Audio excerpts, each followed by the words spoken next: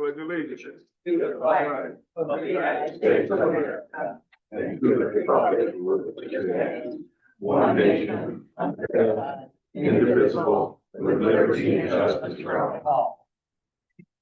Good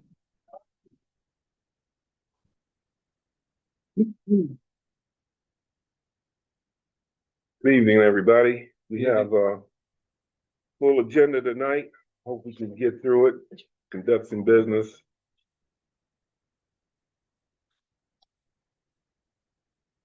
Could we please have roll call? Supervisor Johnson. Present. Clerk Baracco. Here. Treasurer Davis. Here.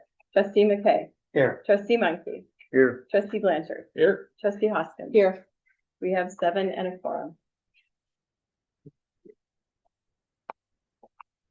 Well, item number 5 is supervisor's report. It was about a couple weeks ago. We had some playground equipment down at Skeets Park, Green Park, and it was declared really unsafe. And over that weekend, some of it was in a dangerous mode, and so our crew went out, looked at it to see if they could repair it. Felt like they couldn't repair it, and they were afraid to leave it out there. I asked them, if you repair this, would you take your kids or grandkids and let them play on it? They said no. I said, well, take it down. And that happened over the weekend. We didn't get a chance to put it out. I guess when people came by Monday, I'd heard that it was gone, and I apologize if people didn't know that it was, but we took it down because it was dangerous. But we have now, and it's going to be on the night's agenda, set up to purchase some new playground equipment. Very nice stuff down there, and we hope that we can get it installed timely and replace that equipment that was there with some new equipment. Next thing I wanted to talk to you about is about a couple months ago, maybe a little bit longer. I talked to you about us pursuing a grant to help with the fire department. And I was optimistic that we was going to get the whole shebang, but you know how grants are. But anyway, I want to thank our clerk. We went down to House Appropriations Committee, and she put together some very, very helpful information for us, worked some weekends, put some little packets together for us, so when we went, we didn't get stumbled. We had the information we needed, and they had a panel of about 7, 8 people, was it, who bombarded us with a lot of questions. Not only us, but everybody who was there. I think we were about the next to the last group that was there to make a presentation, and her dedication to that team that we picked to go down there. Without her, we wouldn't have had such a great presentation. The team was Joyce, Mike Stagg, and Chief Bill, and myself. Mike did his thing with his knowledge and of our township and the skills that he has as our chairman. And Chief, his knowledge, obviously, we all know how skilled he is with knowing fire science and things of that nature. They grilled Mike, they grilled the chief, and then by the time it was for me to give my little speech, it was easy because they had softened them up so good, you know, and we made a presentation. I was very, very satisfied with the presentation. I knew it was a good presentation. So I'm proud and happy to tell you guys today, we did get the grant for the $950,000. Everybody can be happy about that.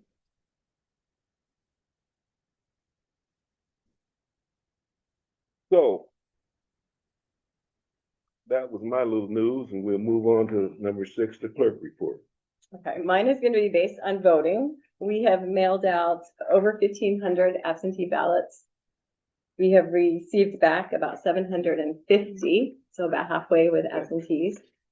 Mark your calendar for July 25th through August 2nd. That is when the early voting starts, and that'll be at the Cool Center. And then,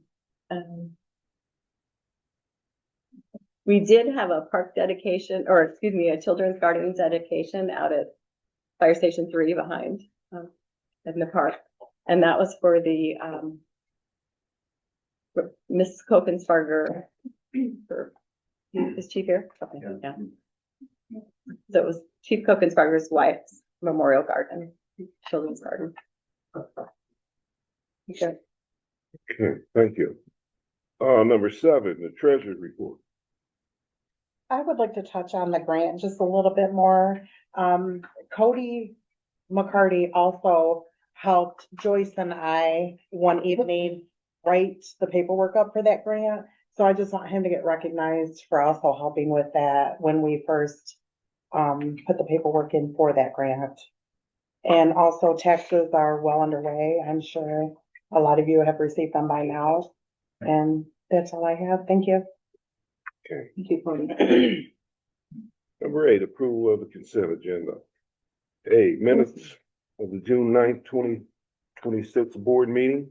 Payment of the bills in the amount of $968,347.71. Budget report 2026. Battle Creek Police Department and Bedford Township reports, fire reports, building and zone report, the assessor's report. I'll make a motion. Second. We have discussion. Yeah, we can have discussion. Thank you. Just a couple things, actually. On both this month, I did not see a John Hancock this month, No, it's not in there. You'll see 2 next month. 2 next month. Supervisor, the other question, Richard King for pickleball, is that print, the prints for the pickleball with Richard Yes, King? I do have those. Yeah. Yep, I just okay. received them So- yesterday. When I looked at this was taken from the contingency fund. Shouldn't that have been Parks and Rec? Can I weigh in? Yeah, please. Okay, so, Parks and Rec isn't funded like it should be funded. It should have been funded in the amount of about 92,000 at the beginning when we did the budget.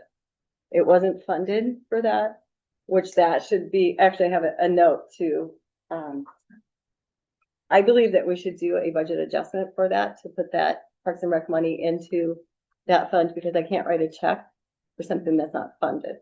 Right. So that needs to move there, and then I'll do a journal entry to move the pickleball Okay. money against. the So that Parks and Rec. 4,000 will go back into contingency. Correct. And then so where is that other difference at 60,000? Where is that sitting in the budget right now? Because we got 32 in Parks and Rec. Right, it wasn't funded with enough, it's in the fund balance. It wasn't specified on the budget. We know it goes in there, we know it goes in Parks and Rec, so.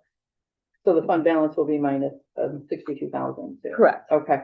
We'll get it to the exact dollar amount, and I believe it's, 92,724.97. We'll have it exactly what should be in there from the millage. And then could you send us that new one that gets fixed? Yeah, thank you. And then the 10,000, did we get a grant from consumer for 10,000? We did. Is that included in that 92? Christie, Where is has that check come in? That has came in, I want to say at the end of last year. So yeah, I don't know where you deposited it. That, but- Heather had me deposit it right into the general. Okay, so, okay, we'll look at that. So that 10,000 should come out of general and go into art, right? Yeah. Yeah. So that would add 10,000 more. Okay. And then my last one, Sunny Bay Disposal Supervisor, spring cleanup, $1,860. What does that include? That's the cleanup that, once a year, we have that at Station 3, Uh-huh. and all the residents of Bedford can use it. They can bring their, larger items to put in the, We thought it was part of parks, I thought was part of the parks. Oh, no, that was Okay, this spring that's- cleanup. okay, That's different. That makes, Yeah, it's every that year. makes better sense. Okay, Yeah. I'm it's good, every thank year. you. Mhm. Thank you. Our hearts and minds are clear. We've had roll call. Trustee Hoskins. Yes. Treasurer Davis. Yes. Clerk Baraco, yes. Trustee Mikey. Yes. Trustee Blanchard. Yes. Trustee McKay. Yes. Supervisor Johnson. Yes. 7 yes, motion carries. Approval of the agenda. This is where, if I may, I'd like to see about adding, I know we need to do the motion, but adding Lucy from the county to discuss the Custer Road boat launch, if we can add that in here somewhere. Hopefully soon, so she doesn't have to spend the whole evening if she doesn't want to. She's worked all day. She's on the agenda. Where's she at? Look under 11.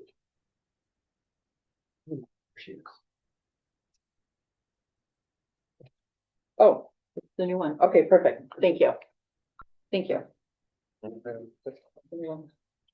was not an agenda we had, that's why I Yep. didn't see it. Yep. No, it wasn't Thank there. you. Okay, thank you. Move the approval of the agenda. Move, support, roll call. Treasurer Davis. Yes. Trustee McKay. Yes. Trustee Mikey. Yes. Trustee Blanchard. Yes. Trustee Hoskins. Yes. Supervisor Johnson. Yes. Clerk Baraco, yes. 7 yes, motion carries. Okay, we're gonna have public comments for anybody wishing to speak on agenda items only.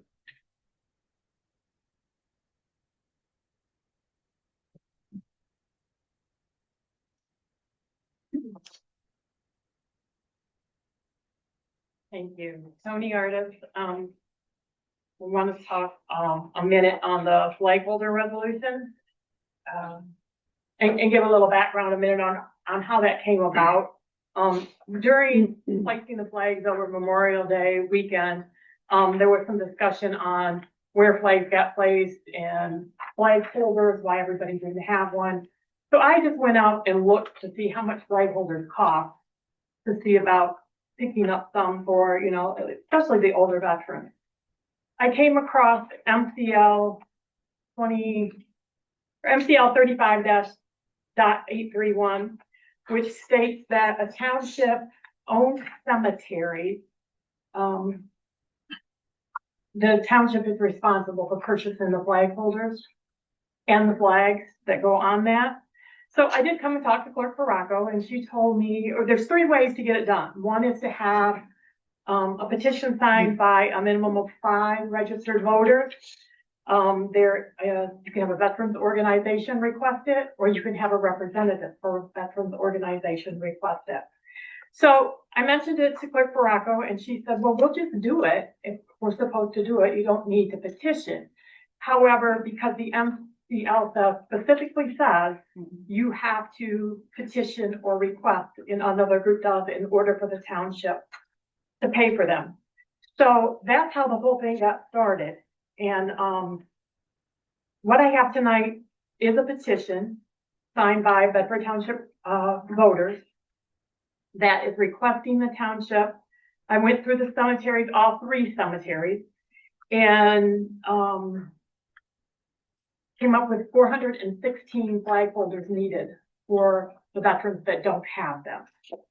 So what I done, the petition says, the undersigned registered voters of the Charter Township of Bedford do hereby petition that in accordance with MCL section 35.831, the township board approve the purchase of and procure at least 416 flag holders to be placed on the graves of veterans buried in township cemeteries. These flag holders need to be made in the USA, and after procurement need to be provided to the petitioners, who will ensure they are placed on the appropriate grave. Attached to this petition, you will find the names that as of July 13th have been identified as veterans buried in Bedford Township cemeteries that need flag holders. And the clause that says provided to the petitioners, I just caught that this weekend in the MCL. That's what it states. The petitioners have to get them, the petitioners have to put them out there. So, I know we'll work together on it. Clerk Barack was already reached out. Want me to give this to you now, or? Give it to. Give it to him. Use something. I'll just put it right here. Okay. I'm glad to see it. I'm glad to see it. Anybody else wishing to speak at, agenda item?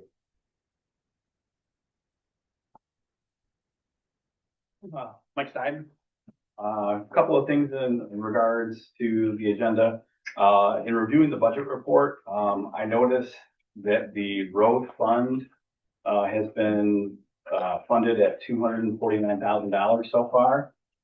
I'm just looking for some clarification on, was that the deposit that the county required on the $350,000 worth of road work? Or what's the deal on that? They just started that today.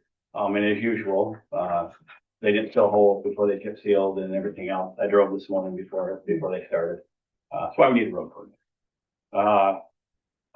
Next item, the resolution for the cemetery worker. I think that is something that is long overdue.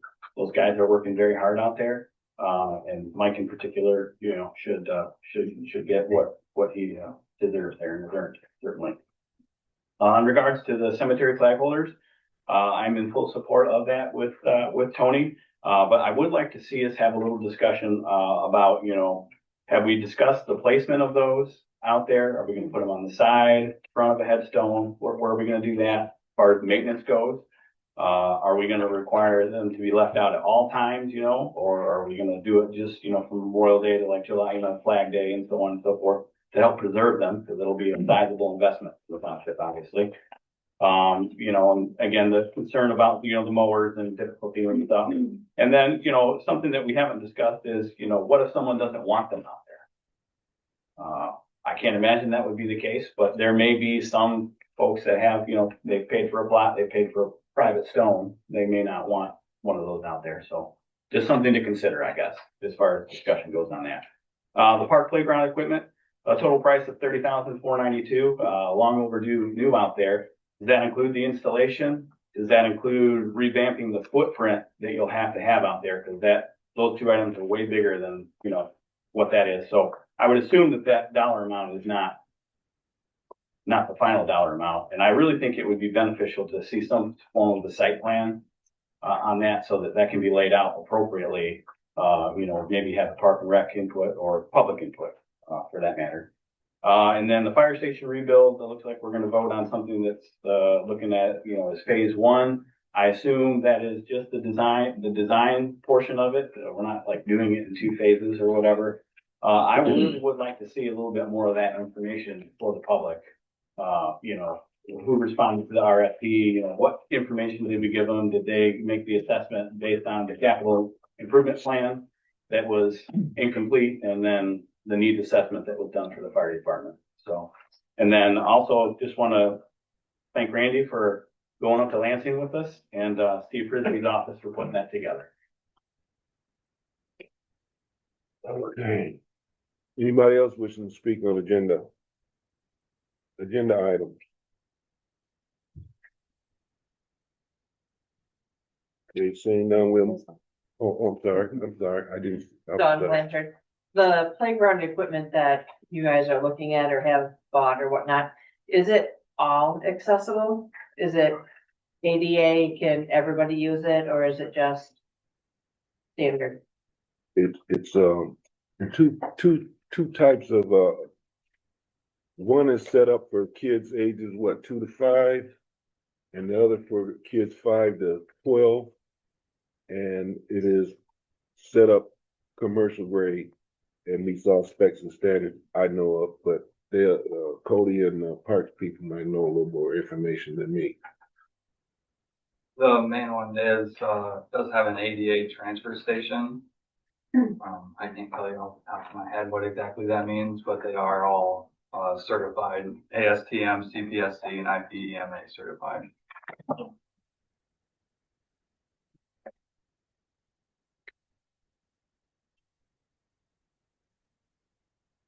Anybody else?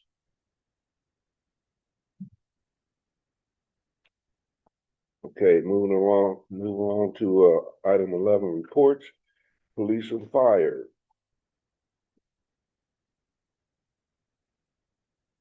Well, thanks, Battle Creek Police Department. Couple of things. First of all, as we get into the summer months, we're seeing a lot more violent crime, to include standard assaults from our perspective, but it's not abnormal. So when you're reviewing any statistics from the city of Battle Creek and our police department, just understand that as the weather gets nice, violent crime rises ever so slightly. From a road patrol perspective, though, the more we've been taking more and more accidents, the storms start coming in, trees start falling, and people start running in down trees, right? Especially on dark roads like Collier, right? And down Wabascan where there are no overhead lights. Got a lot of people running down trees or animals that are down in the road. So please be careful as you're driving. Don't outdrive your headlights. Keep your high beams on. Other than that, our traffic stops have been higher. Our calls for service have been lower, which is always a good sign. People are taking care of themselves, taking care of each other.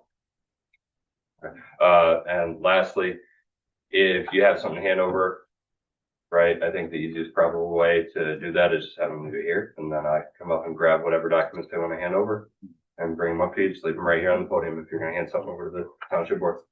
Thanks, Thank you. officer. Thank you. Thank you. Chief Bill. Good evening, everybody. First, I'd like to reiterate, thank you, Steve. It was without Steve Frisbee, he wouldn't have done any consideration for the grant. His office worked diligently in our favor, and that was much appreciated. We did also get support from Senator Peters on the Senate side, so we had support on both sides of that. And, that's just a fantastic thing. This township's very rarely ever gotten anything from the state, so yeah, very much appreciated. You need to be at the microphone. I'm not speaking loud, no. I've never been told I need to set the microphone. It's being video streamed. Yeah, I know. I'll even turn so I can look at everybody. Our month of June, we had 110 total runs, 63 of those were medical. So I'd just like to touch a little bit on thanking the citizens for making the initiative to go ahead and put that added on feature for you. We assisted 63 calls as a result, directly because the question was put to us, can we do this? So we went before the board, we made our presentation. Mr. Heichel was actually the supervisor at that time. So we were very grateful that the board said that we could go ahead and try. We went out door to door, knocked on every door, explained what we needed. It passed in a good fashion. So that's the biggest thing for me, is being able to go out and help our citizens in a much more expanded way. So the main response vehicles that we use are the 2 Ford Explorers. They're much easier to maintain, they're cheaper to operate, and the 2 original ones were donated to us by the city of Battle Creek Police Department. So if you see those things running around, that's what they're doing. Nobody's out joyriding in them or anything. They're out for very specific things. The other thing is the makeup of this department. I want to make sure everybody understands this is a paid on call department. There are no full-time people here at all. They're only on the payroll when the alarm goes off and only if they respond. Okay. So having 18, 30, 90 people, only 4 or 5 people show up. That's the only 4 or 5 people that get paid. So just want everyone to understand that there are no full-time people. There's nobody sitting at a desk that responds out of the station. In the future, I would love to be able to have some full-time people so we can make that happen. But as we are right now, the makeup of the department is paid on call. Everybody on this department has full-time jobs. They do this on their off time. They leave dinner. They miss holidays. They still do all those things, but there are no full-time people here. So we did have our final meeting, I believe, with consumers in for the solar fields between us and Johnstown Township. It was still very well received. The exercise we did, we were still talking about that, but the construction is done. The contractors will all be leaving and operational will be next month. Yeah, so once consumers goes fully operational, we'll go back out there, we'll work with their people because the dynamics have changed. We'll work with those people, we'll do another exercise and we'll get the entire emergency action plan set up for that. But I think other than that, thank you, Mr. Frisbee, Representative Frisbee, for all you do for us. That's all I have. If anybody has any questions, please stay hydrated. That's the biggest thing. If you're gonna be outside, please stay hydrated. Sounds great. Thank you. Thanks, Chief. Hey, Chief, Yeah. the update on the tower. Oh, Just give an update, that's okay. The site, each one site has been cleared. It's all done. The tower you still see there, I believe it's the 27th. That there will be a crane there and they will start dismantling the tower. So that site will be all set and ready. We'll talk about the next phase here as we go through the meeting. Thank you. Thank you.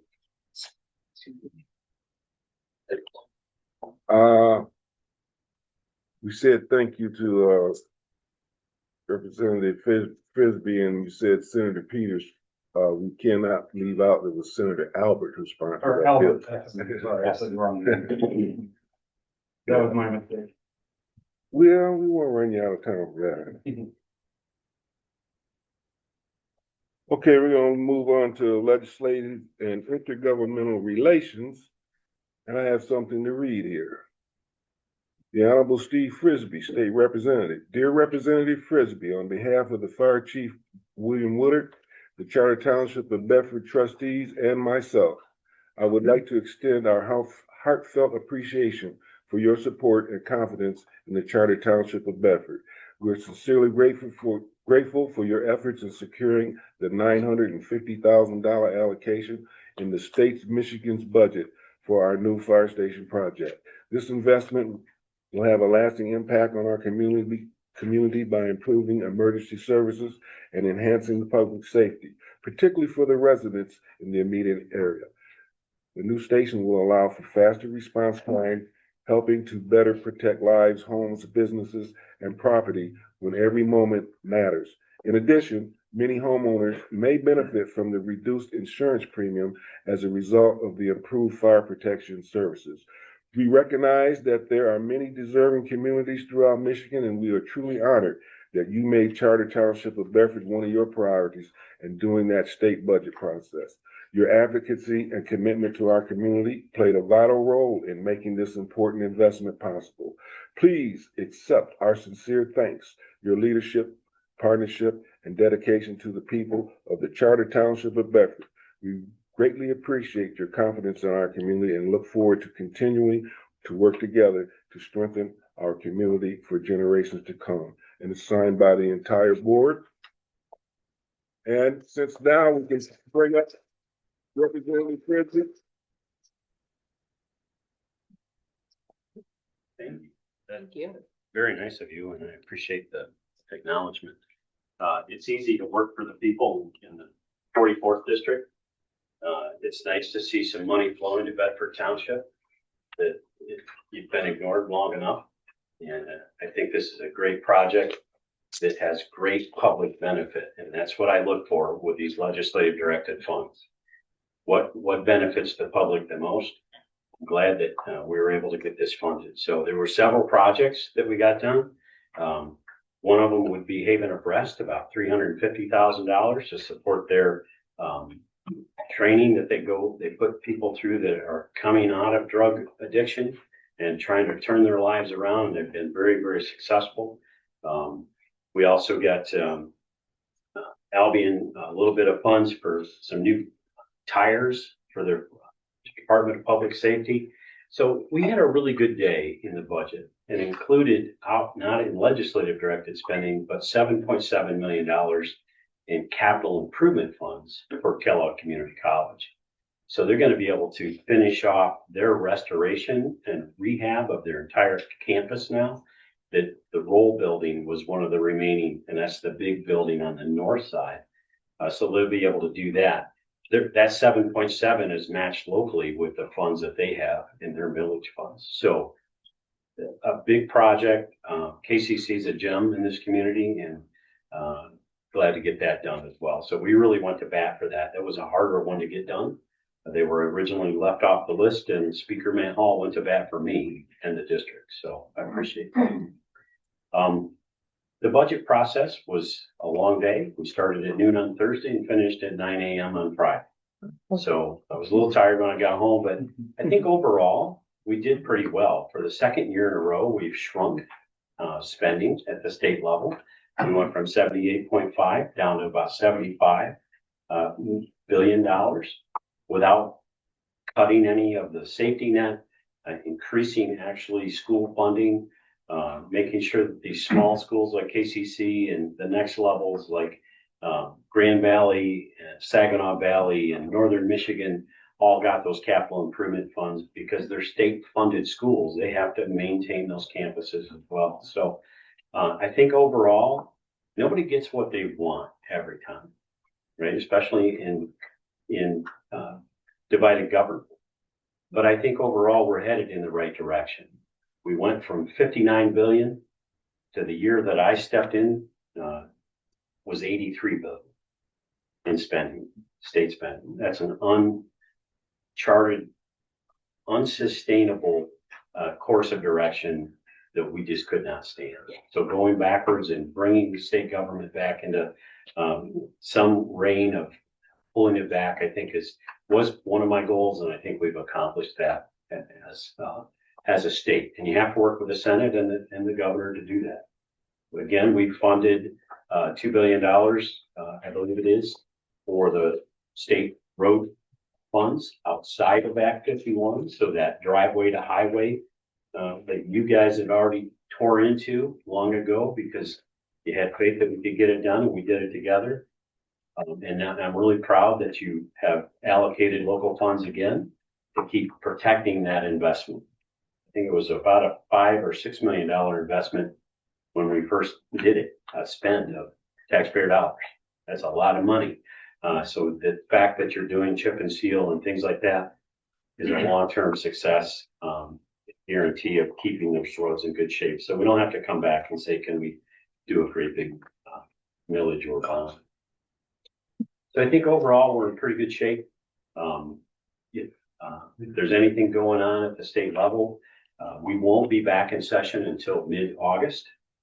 Everybody's out campaigning. That's what happens in Lansing, as I've found out. So it's a little bit silly, but it is what it is. And I don't set the agenda or the calendar.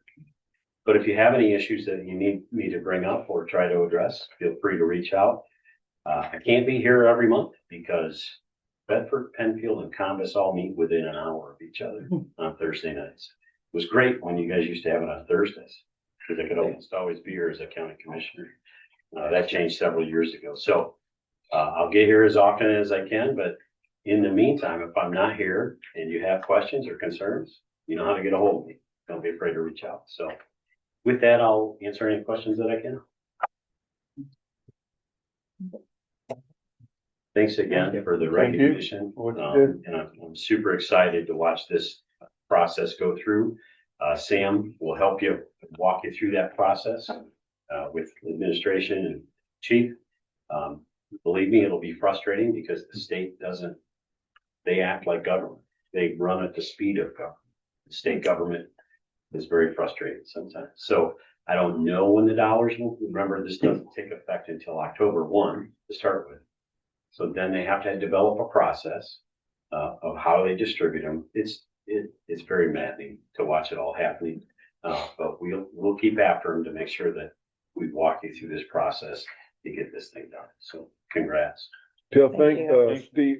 Sam, Larry, tell him thank you too. And I couldn't be there that day. I think I was testifying on something else. So that required me to be in a different committee. But Sam said you guys knocked it out of the park as a group. So what you stated at the beginning of the meeting, Supervisor, was correct. And all the information was there. And you guys stepped up to the plate and knocked it out So appreciate it. Thank you. Thank you. Okay, Commissioner Dan is here tonight. Dan Strobridge, County Commissioner. First of all, there is no way I can top that. I'm not even gonna try. There's no accolades for me, and I don't deserve any, so I'm not even gonna try to top that. Congratulations. I was there that day also, more as moral support, because Penfield was also going for a large project. I couldn't fight one or the other, propose one or the other over the other, so I was simply there in a suit staying quiet. But anyway, glad to see you guys got that. Early last year, I found out that you guys were using the land bank to tear down your number one station. Mid last year, while on the 911 committee, we were doing our budgeting process and found out that 911 was paying for demolition of the tower. I got the bright idea, why don't we have the land bank do that? So I actually went to the land bank, convinced them, and they worked with me awesomely. I know you guys didn't see me very much, but I was trying to be there behind the scenes to coordinate tearing down that tower with tearing down your station, but most importantly, have the land bank pay for it. So I was glad to be a part of that process, and I'm glad it's coming to a successful fruition. Thank you. On the roads part of it, I'm gonna go a little negative on what Steve said. The 2025 road funding bill did provide about $6 million additional for Calhoun County. The problem is we haven't seen any of it yet. Now, we had funds that were still in unreserved fund balance from previous years, so that's why all of your projects got approved, and that's why all of the county projects got approved. We still haven't seen any of that money. So we actually had to go to a two-tiered system when it came to redoing some of our primary roads, which doesn't affect your budgeting at all. We may not be able to do that second tier of primary roads. Another concern that we have looking at it, and Steve and I actually talked about this to some extent. A very large percentage of the additional $6 million or the additional dollars that was in the state budget came from cannabis sales, tax on cannabis. It was increased quite a bit. Well, the first quarter projected revenue from that was $72 million. It actually came in at $34 million. Mm-hmm. So moving forward, Steve says that it'll be made whole, and I'll wait and see, but we may not be looking at that additional $6 million indefinitely. So sorry, Steve, I'm very good being the bad guy here, but anyway, so that's my updates for you guys. Any questions? Just one, does the road commission have an SOP on filling the potholes before they do the chip seal? And if so, can we have somebody look into our recent project? And I have no idea what the answer to that is. I listened to that concern, and I have no idea what the answer to that is. Can you shoot me an email and I can will. write to them?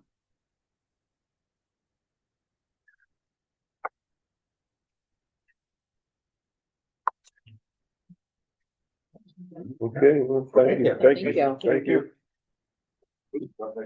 Okay, Lucy Huff from Calhoun County.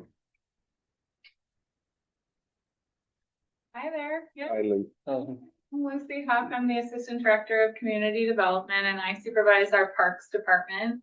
And so I'm here about the North Branch Boat Launch, which is a project that we submitted to the DNR Trust Fund and were successful on a grant in 2024.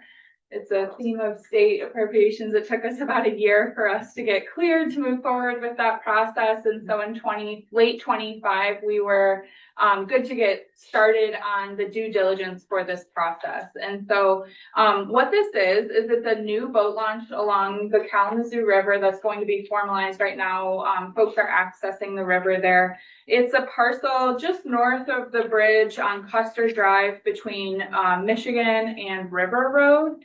And we had met with you guys back, I think in 24 or even 23 to talk about it. This would be a Calhoun County Parks property that we would be managing and maintaining. When we got started on our DNR trust fund grant, we started to do some due diligence around the legal description and the boundary map. And over a long process, we ended up realizing that Calhoun County actually does not own the property. You guys do. So Bedford Township owns the property. That entire parcel is about 60 acres. And, you know, we looked back, the deed that is even listed in GIS is actually just for the bridge right there. In 2007, the bridge was kind of turned and redone. And so the deed that somehow got filed for the entire parcel was not actually for the entire parcel. And we were able to find that in 1970, you all got that property from the federal government. And so that remains the case. So what we did, and we met yesterday with Cody, Trustee Hoskins, and Tony, and we talked a lot about asking you all to deed us just the part of the parcel where we would be putting the park. So while the whole parcel is about 60 acres, the portion for the park is about 2.56 acres. And we are asking you all to, you know, do a quick claim deed to deed us that so that we can move forward just with a clean deed and just be able to have all of our ducks in order for both us and you guys. And, you know, so just a little bit of background on the park itself. We would be constructing a new entry, adding native plants, adding a picnic area. At that boat launch, there would be a soft kayak landing and then also a concrete boat launch. And again, like I said, we would maintain that as a county parks property. Any questions? Well, what's the timeline on it, if I may? Yeah, so, well, we are running behind because of this. The more we learned, the more we needed to make sure that we got all of the information. So we had initially planned on bidding the whole construction this year and actually starting to construct this year. So right now, if we can move forward with receiving the land, we would be able to start the bidding, do all the permitting and the bidding this year and then start construction next year. So we do hope to have it. I mean, I think we could be in a situation where we could be operational by the end of next summer. Mm-hmm. I have a few. Yeah. Thank you for coming on such a short notice. I asked you to come and do a presentation for the community so everybody could know what was going on.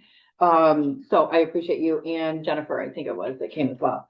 I did ask a couple questions. Liability and maintenance would be 100% on the county. Yep. Correct? Bedford would have no liability. I thought of a couple things too. I know that our residents would enjoy that boat launch. I think that's a great thing. Seth, contract.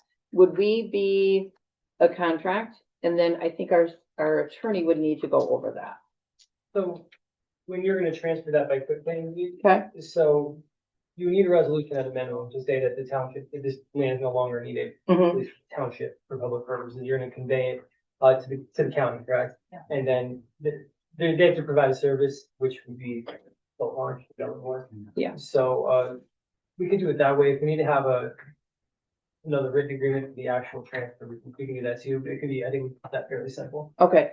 And then my other thought is, I think the planning commission, we might want to get them involved. Is that, I don't know, is it okay for Mike to speak on that, supervisor, or? Go ahead. You want me to talk? Yeah. I'm not sure you do. Please, yeah, that's my thought on this, if you need to be involved in this process as well. I mean, there would definitely be, some aspects of the master plan that we would want to take a look at. We obviously just found out we own this, we just found this out, it sounds like. Yeah. I would assume that we paid for it, yeah? Mhm. Or was it given us? Yeah, so, Yeah. I would think that at a bare minimum, for everybody's sake, we would want to take a look at that transaction and how that presented and, all that other stuff. But I would think that the planning commission certainly could play a role in that, as far as that goes. And we could get you all these documents Yeah. from the county and then maybe plan that. Okay. And then we could go from there and hopefully get that done soon and look forward to that. Yeah, well, thank you, Lucy. Okay, thank you. Thank you, Lucy. I appreciate it. Item number 12. Discussions on compensation committee and auditor memorandum. And it's per trustee Hoskins. You have the floor. Thank you. Our compensation committee, we didn't get a big, huge response from that, from my understanding. So what I want to do is I still want to keep it on the table. And maybe we open it up for another 30 days, do some more advertising. I did not see it on the website, Joyce. Was it ever on the website? Do you know? I don't see, it's not. I there. believe it was, but I don't know 100%. Okay, I can we, have and to- we can look at Yeah. that soon and make sure. And then I believe, Randy, you put it on Facebook as well? Okay, I did. and then maybe we could kind of bump it a little bit to make it a little more exciting to the community. I think it would be a great committee to have. So is everybody good with opening that for another 30 days? Okay. Yeah. And it might not come to fruition for the budget this year, but at least we could get it moving. My other thing, anybody questions on that? No. My other thing on the audit, we had a memorandum from the auditor. And just doing a little bit of research. The same discrepancy is, so 2020, 21, 22, 23, 24, 25. We're having the same issue as far as going over budget. Is that a common thing? I mean, I guess I don't understand. Randy, you talked to the auditor. Mhm. Did they, and to the accountant as well, did they say anything about that, of what we can do to maybe move forward and not have that every single year? Well, it's gonna happen during the course of the year because the expenditures and the encumbrances, some of them are monthly, Mhm. some of them are annual, and most of them are quarterly. So if you see something today on the budget report, tomorrow it's gonna change, and it may change just before we have our next meeting. See, those expenditures don't come out and coincide with the second Tuesday of every month. So because it's fluid, I mean, it's just gonna, but if you notice on my budget report, I had BS&A add a column for you to keep up with where we are with our budget percentage. So you can see if something came in, just like we just paid off, the new contract with the police department, right? That was just a one-time shot. It used to be paid quarterly. It's not gonna reflect on this budget that you see now, but it's gonna come in that was quarterly, so it's gonna be some catching up. Okay. So, but the percentage lets you know where we are. So whenever that comes in, say we're at, right now, 63% left. If it comes in on our next meeting, that percentage is gonna go all the way up to 64, 63, something like this. That's why I added that column there, because it is fluid, it moves. There's just no other way to present it to you. Okay. My only other question on the audit is the internal controls communication. It says we have a material weakness. Was identified related to year-end financial reporting. Is that going back to the same thing? Well, he talked about 24 and 25. And there were some entries and journal entries that monies were there, but they weren't coded properly. Okay. And I spent a lot of time with the accountant to identify some of those. Of course, they're not working together, so it was his perception. We're talking now about, and the accountant is Rod Taylor. He came in and we spent a whole day maybe moving and recognizing some counts and making some adjustments. Okay. And we think, well, I know we have a good handle on it now, but some things that it had been ongoing. Now, find the word. It's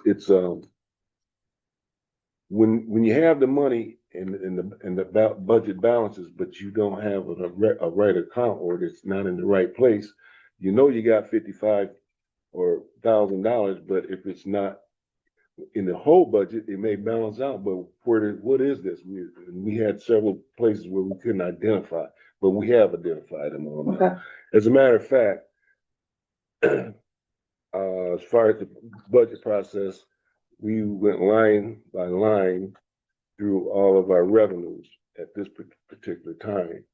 And so what I need to do now is give the department heads a chance for them to go over and see what before we get into expenditures, to see what their wishes are and how they want to budget. And once I get that, it'll be their wishes, it'll be my recommendations, and it'll be you guys' approval. Now, what I'm suggesting right now, since we got into that, is that, and it may help with your review committee, if you extend it. If we have a workshop open to the public in September. Yep. That'll be our first phase. We can go into the revenues. Then our second workshop, it'll be in October. We'll do expenditures. And then in November, to finalize the budget, the last will be the salaries. And then you'll have somebody hopefully in place by then. I think we only had one applicant. Okay.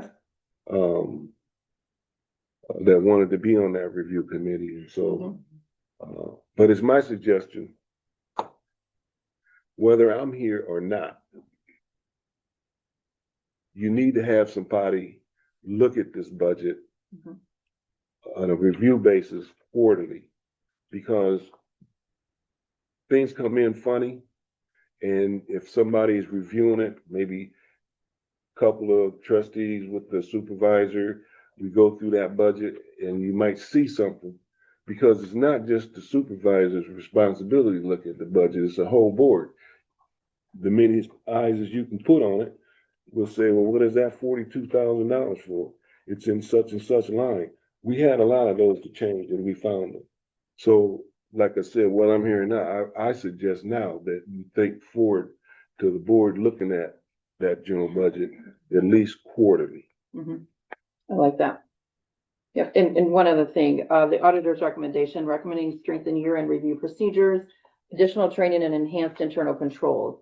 Is that something that you went over with the administration and working on that? All of us, from Michelle to me, Chris, Joyce, we've all been updating our skills on that. And we're working with, now, we're in transition with BSNA, so we're in a second module to make that transition too. So you're gonna see some improved enhancement of the whole thing as it comes to fruition. Okay, thank you.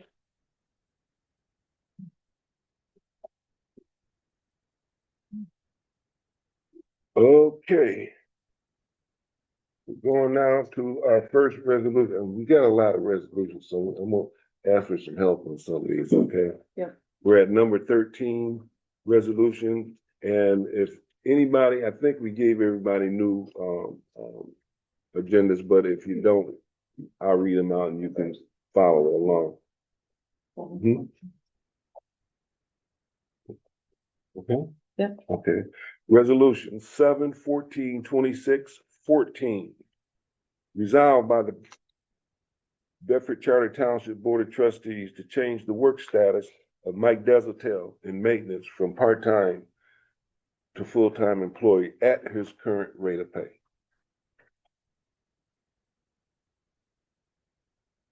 I'll make a motion. Support. We have discussion. Discussion. I have a question. Yes. Is it in the budget? Yes. We have money in the budget for this? He's not taking he's gonna get paid the same.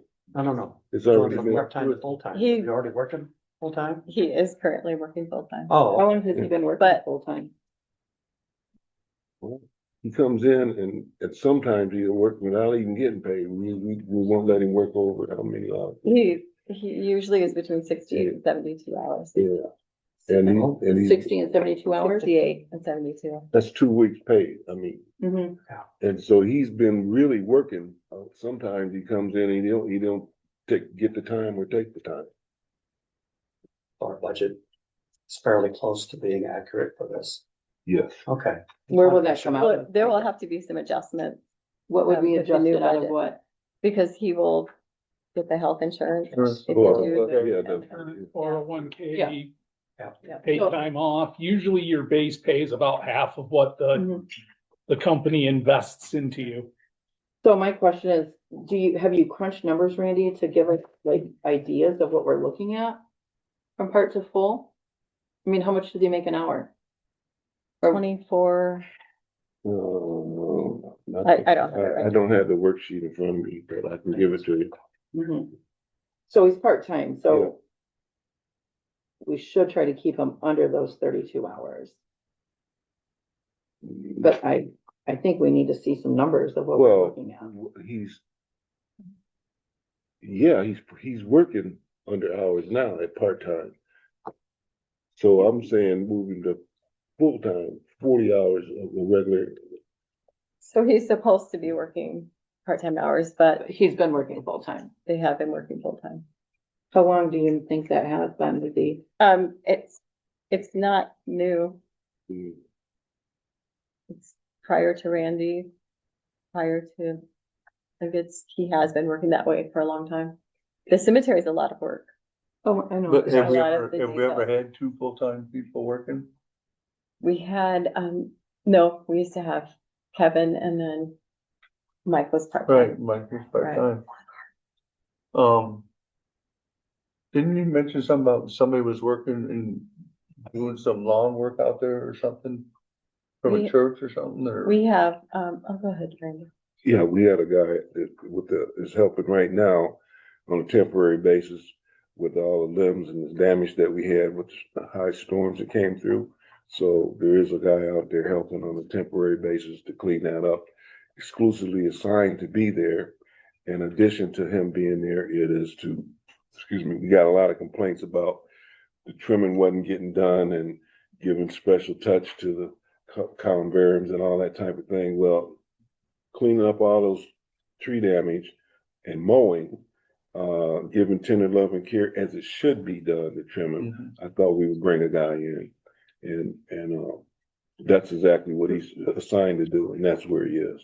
First, I just want to say I'm not opposed to it, but if we're looking at like a full-time equivalent FTE change, typically we would have some data to support. I know right now it's being described that there's a lot of work out at the cemetery that needs to be done. We're talking about adding a full-time employee. Is there that kind of work throughout the entirety of the year to support an additional full-time employee? Or is this just a seasonal sort of increase in demand? And then looking at the budgetary side of it, like I said, I'm just trying to make sure that we're not doing something What would they do in winter time? inappropriate, but Well, he's been working continuously since 2020, 21. we had him as a part-time employee. Yeah, but it's not a new, he's been here at least 2021. Yeah, that always worked full-time. Well, this probably And should- again, I'm not criticizing the man or Right, no, but besmirching his work. I just want to make sure we have all the data in front of us that we need. Well, we can table it and I can get you some more stuff if you need it, but It'd be helpful to have the cost. Yeah, okay. yeah. I mean, I recognize besides the cemetery, that between Thor and him, there's a lot to do besides the cemetery.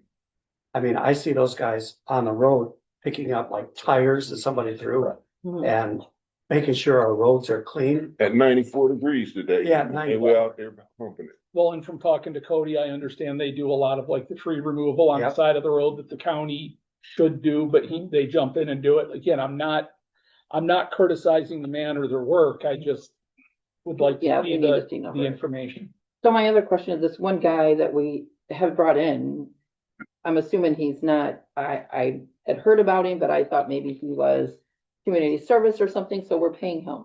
Yes, And how many hours is he working, I guess? Because we weren't even aware of him. he's been working, 12 hours so far. Yeah. A week. Is that what you're planning? Is this 12 hours a week or? Yeah, he's just helping clean up and trim. So he could just be a couple And I- more weeks then. Yeah. That's what I'm Not- planning on, maybe, Yeah. maybe 2 more weeks till we get the, cemetery, cleaned up. Yeah, I'd like to see it tabled and then come back with some numbers and Yeah. I'm sure they work hard, but I do know that our burials are really low out at the cemetery. So basically, it's a lot of lawn care, that's hard work. I'm not saying it's not. But I would just like to see some numbers. I don't think that all of our cemeteries get the attention they deserve. Mhm. They don't. The one gets the attention and I believe the other two are in need of. But I do know we've never had a full-time Correct. assistant, which, you know, they've done it before. I'm not saying things change, but I'd like to That would be table it. great to have in a work study, the need for additional work at the other cemeteries as well. You know, like I said, I'm not opposed to it. It'd just be Right, nice that to would- numbers make sense. see the justification. The numbers. Numbers make sense. I did myself walk up to the cemetery we got out here, Ammonia or whatever it is.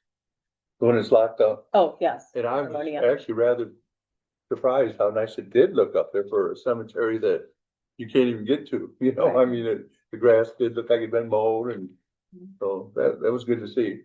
That is good. So, Well, we had got some complaints and they were just, that storm, Mike can attest to the damage that we had in there. We had to block a road off and,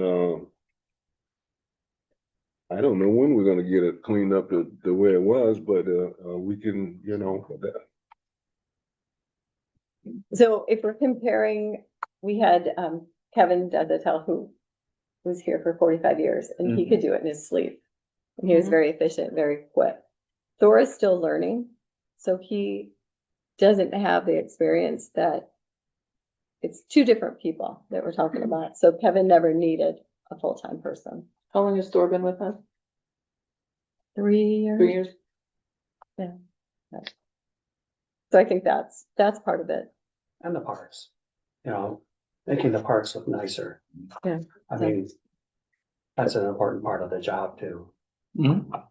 I'm good to table it and get us some numbers. and we're gonna have some other parts, you know, coming up. It's gonna take maintenance, so. Yeah. But anyway, you made a motion to table it? I'll make a motion to table it. Support.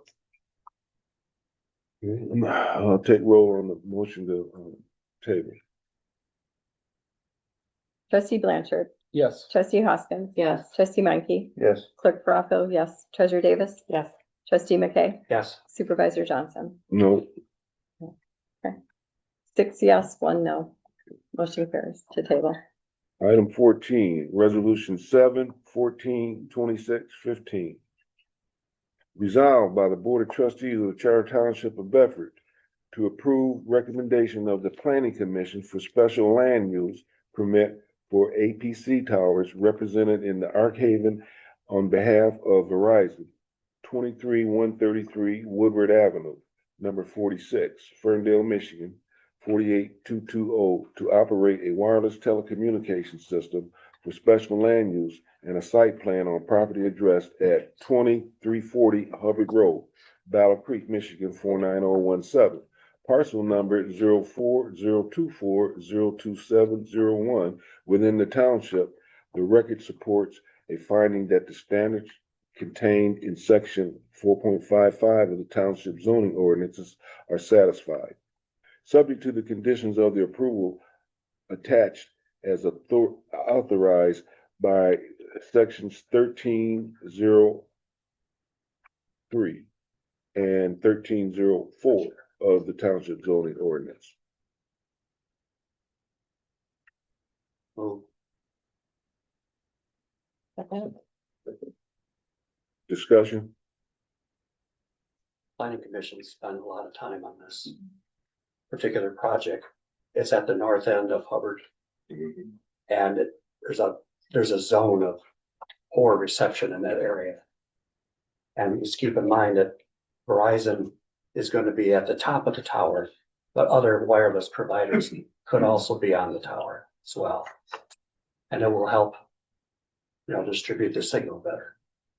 So other companies can piggyback off on that? That's about co-location. Oh, okay, thank you. Good thing. More than you want to know, right? Yeah. No, I think it's, it doesn't help me where I live, but it will help a lot of people in the north side of the township. Were the neighbors in favor? Was there resistance? Well, the guy that's leasing the land owns quite a lot of the land. Okay, Just a part of the land is affected by that. okay. But the tower is actually going to be in a wooded area. So you're not going to see much of the tower except the very upper part. So it's not a nice art. No, Okay. it's at a dead end of Hubbard. Okay. And it really takes the load off of other signals, towers. So it actually will increase your use of the other towers, more speed and efficient. I hope I'm covering all this, Mike. Pretty good. Great job. But anyway, yeah, we spent a lot of time on this. Make sure it was right. It's been moved and supported. We had discussion. Roll call, please. Trustee Hoskins. Yes. Trustee Menke. Yes. Clerk Baraco, yes. Treasurer Davis. Yes. Supervisor Johnson. Yes. Trustee McKay. Yes. Trustee Blanchard. Yes. 7 yes, motion carried. You take 15, trustee McKay. Oh, you'd like to read 15? Mm-hmm. Resolution 07-14-2616. Resolved by the Board of Trustees of the Charter Township of Bedford to provide flag holders for identified veteran grave sites in township cemeteries. The task to be completed in 1 year. I move. Support. We in discussion. Discussion. Okay. Supervisor, if I may, and if it's okay with you and the board, at this time, I would like to have the honor to introduce a very special guest we have today with us. Vicki Dickinson is here to represent Staff Sergeant Michael A. Dickinson, Post 257. This evening, she is here to share the importance of veteran flag holders and why they are a lasting symbol of remembrance, respect, and our township's gratitude for those who served our country well. I would also like to invite Tony Artis from Parks and Rec co-chair as well, as she has worked very hard to make sure to get this moved forward. So please join me in welcoming Vicki Dickinson to share her message with the board. Thank you very much. Yes, hello, everybody. Thank you so very much for having me here. This is something that, of course, is very close to my heart. My son, Staff Sergeant Michael Anthony Dickinson II, was killed in Ramadi, Iraq, July the 17th, which will be this Friday, will be 20 years. And as everyone knows that has lost a child, it's very important that your child be remembered. That's something that every parent, even siblings, want, is for this to go on.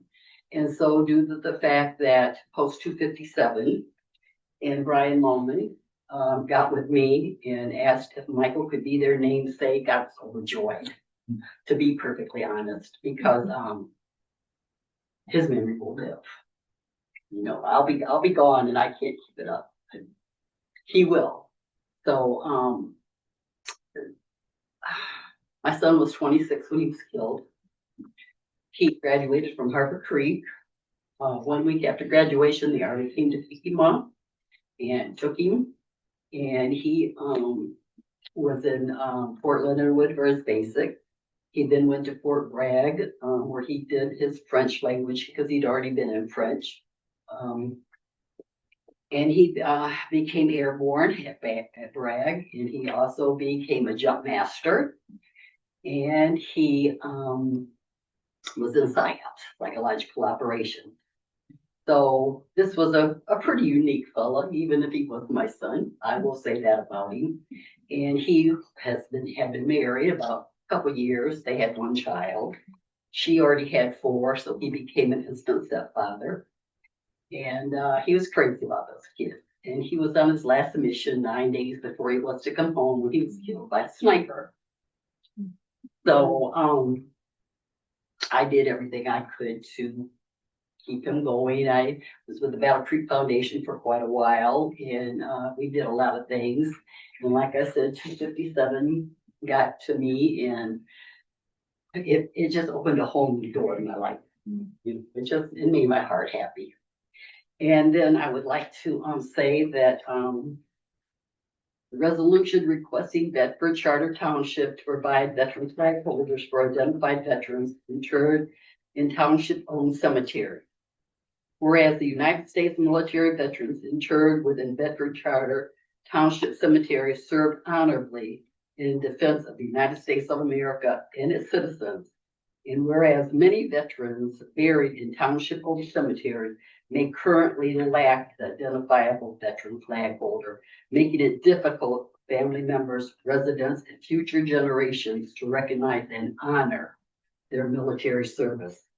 And whereas the proper identification and recognition of veterans' graves preserves local history, promotes civic pride, and demonstrates the community's gratitude for the sacrifices those that were made by those that served. And whereas veteran flag holders assist organizations, volunteers, and community members in honoring veterans during Veteran Day observances, Veterans Day ceremonies, and other commemorative events. And whereas Bedford Township has an opportunity to ensure that all identified veterans interred in township-owned cemeteries are appropriately recognized throughout the placement of veteran flag holders now.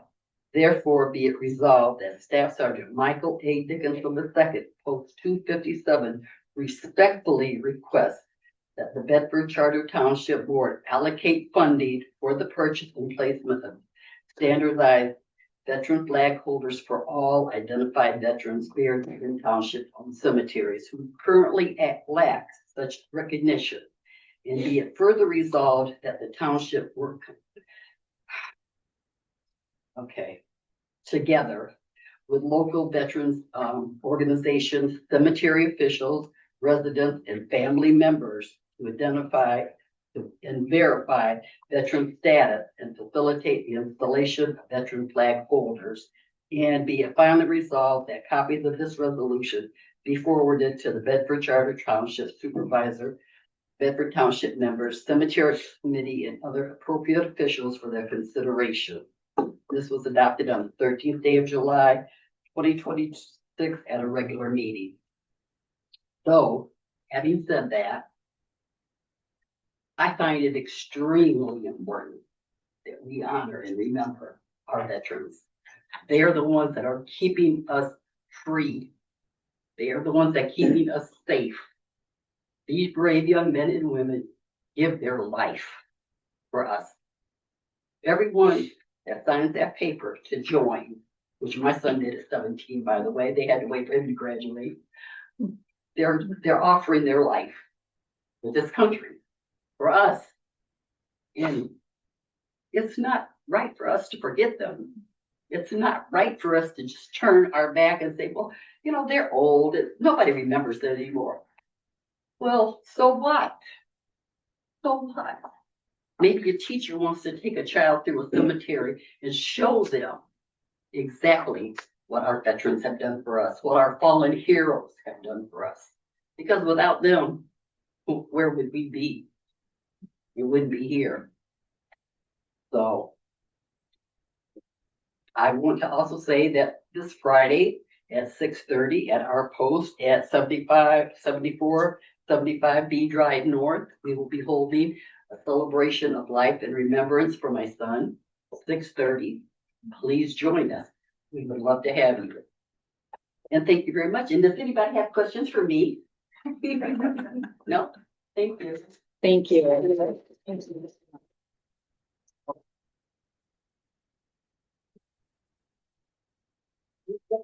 lady right there, Tony. That's right. Artist. She has been hours upon hours upon hours researching and being out of that cemetery to give our names of our veterans. Thank you. We are blessed to have Tony.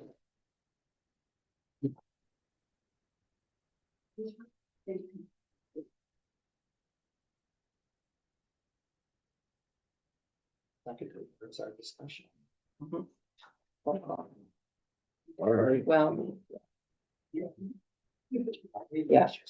right, and we'll have to discuss cost, vendors, Yes. all that stuff. Right, I've reached out to Kalamazoo Yeah. Flag already. Kalamazoo flag, Yeah. okay, and then you can update us when you get something on that. Yeah, I will. Okay, thank you, Joyce. Turn it back over to me. Okay. It's been moved and supported. We'll have roll call. Trustee Menke, Yes. Clerk Baraco, yes. Treasurer Davis. Yes. Trustee McKay, Yes. Supervisor Johnson, Yes. Trustee Blanchard, Yes. Trustee Hoskins. Yes, 7 yes, motion carries. Resolution 7/14/26/17. Resolved by the Charter Township Board of Trustees to hold Bedford Township Days Festivals at Skeets German on September 19th, 2026. I'll make a motion. Second. Discussion.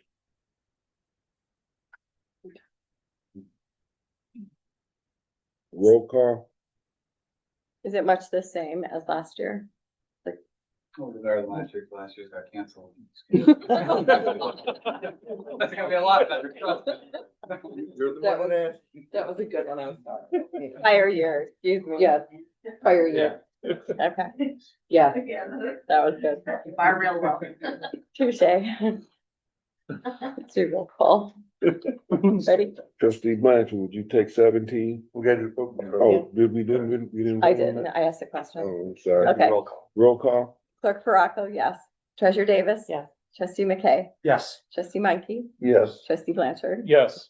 Trustee Hoskins, Yes, Supervisor Johnson. Yes. 7 yes, motion carries.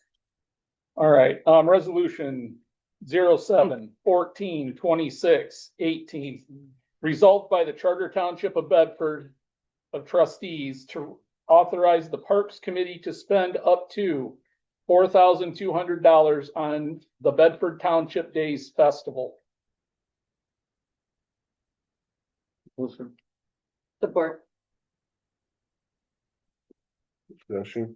Okay, so again, that goes back to, you won't see it in the budget, but when we do this, okay, part of the budget adjustment they're gonna do. Right, so, Okay. so I saw the 4,200, that Mhm. kind of puts them right at their max. Do we want to give them additional funds so that there's a buffer and they don't have to come back and ask? Cause the best laid plans of mice and men often go awry. Does that have a buffer built into it, Tony? Yeah, Yeah, so that is a little bit more, like we. Okay. Got it from the receipt from that. the previous budget and added a little bit for inflation in that. And it's All not right. till September, we have time to come back. Wanted to give you some wiggle room. Right,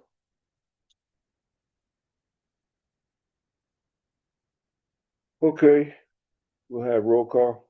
Trustee Blanchard, Yes. Trustee McKay, Yes. Supervisor Johnson, Yes. Clerk Baraco, yes. Trustee Hoskins, yes, Treasurer Davis. Yes. Trustee Mike, Yes. 7 yes, motion carries. All right, Trustee Hoskins, would you like to take 18 resolution? yes, I will, thank you. Resolution 7/14/26/19. Resolved by the Charter Township of Bedford Board of Trustees. Whereas the Charter Township of Bedford's Park and Recreation Advisory Committee has requested a road closure permit to hold the Bedford Township Days on September 19th, 2026. And whereas the parade route requires the temporary closure of M37, a state trunk line highway between Marvin Street south of Park and Marvin Street north of Park.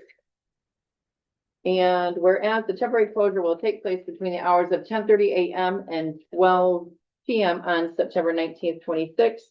And whereas the Township Board determines that such closure is in the interest of health, welfare, and safety of the residents and participants, it will not unduly interrupt the safe and orderly movement of traffic, provided that adequate detours and traffic controls are maintained. Now therefore be it resolved by the Board of Trustees of the Charter Township of Bedford, County of Calhoun, State of Michigan as follows. Section 1, the governing body hereby supports and authorizes the temporary closure of M37 between Marvin Street south of Park and Marvin Street north of Park on September 19th, 2026, between 10:30 and 12 p.m. for the purpose of conducting the Bedford Township Days Parade. Section 2, the Charter Township of Bedford assumes full responsibility for the proper erection of traffic control signs, detours and barricades, and for providing adequate police protection, traffic control during the specified time. So move. Any questions, discussion? Okay, we'll have roll call. Trustee McKay, Yes. Clerk Baraco, yes. Trustee Menke, Yes. Trustee Hoskins, Yes. Supervisor Johnson, Yes. Trustee Blanchard, Yes. Treasurer Davis. Yes. 7 yes, motion carries. Okay, resolution 7/14/26/20. We talked about this a little bit earlier. Resolved by the Charter Township of Bedford Board of Trustees to approve the purchase of Monkey in the Middle, which is one set of equipment, for the park. It's for the 2 to 5 year old participants, and the 8-foot freestanding spiral tunnel slide, $12,040 playground equipment to be installed at Speech German Park. I have a question, Cody. Didn't that sale include installation? I included shipping, not installation. Okay. Yep, so free shipping. Free shipping. It is still on sale right now, 50% off. I have some others. Here's similar ones. Can we see those? Yep, absolutely. Do we move first? Do we move? Oh, it yeah, according- move to discussion first. So Yeah. move. Second. Yeah, if you want to pass those along. So do we have any clue what installation is gonna cost? Is it gonna go in the same area where the old ones were, I guess? Yeah, and Mike brought up a good point, where for both those, we probably will have to expand the footprint. They give I forget what it's called off the top of my head, like the safe zone, which is much larger than the footprint that makes you think, makes your kids come from one to the other. Coming danger to themselves. So the slide by itself is normally $24,000. So I'm not sure if the slide in the middle, but the monkey in the middle set is normally like 36,000. This magazine here that we get sent way too often, have a waste of paper, but similar set is 76,473. For all the safety approved and ADA compliant playground equipment, it's honestly ridiculously expensive. Like breathtakingly expensive. This one's 127,436. That one's a bit bigger than what we're asking for, but this is 2 pieces. If the board wanted to just start with one, we just need something on Speed Airman. Well, that's my question. What was removed? Was it a whole piece of equipment? Because I'm not even familiar with what was out There there. was like a little Tykes, but a Yeah. big one. It was more of like a residential, like a big residential style place set. Okay. This is an actual commercial grade place set, so it's a definite upgrade. Was it the slide that was bad or the whole system itself? Like legs of it. Foundation, Yeah. the foundation poles were just weren't good anymore. Do you know how old it was? I do not. I have a question. Yeah. Has anybody checked on the cost of insurance?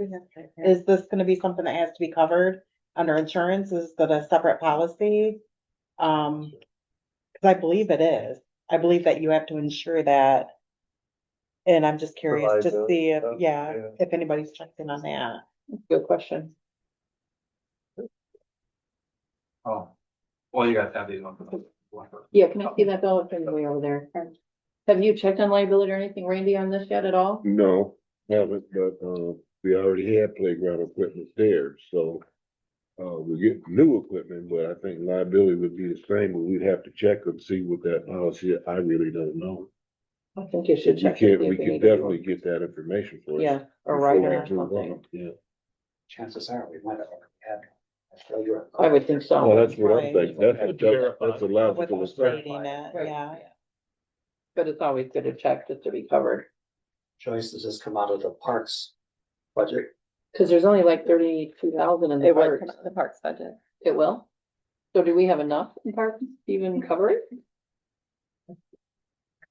This is the best transfer. Once you You're put it looking transfer. over 30,000 here, and don't even have installation. Imagine. You're gonna put more in this, but Did the Parks and Rec see this, or Yeah, yep, did the Parks and Recs what? did they see this? I- Were they in I- favor of this? yep. And we all looked at it as an upgrade.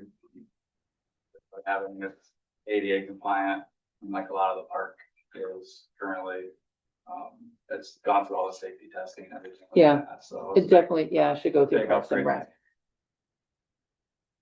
Very easily on those pieces that pressure Mhm. fitted together.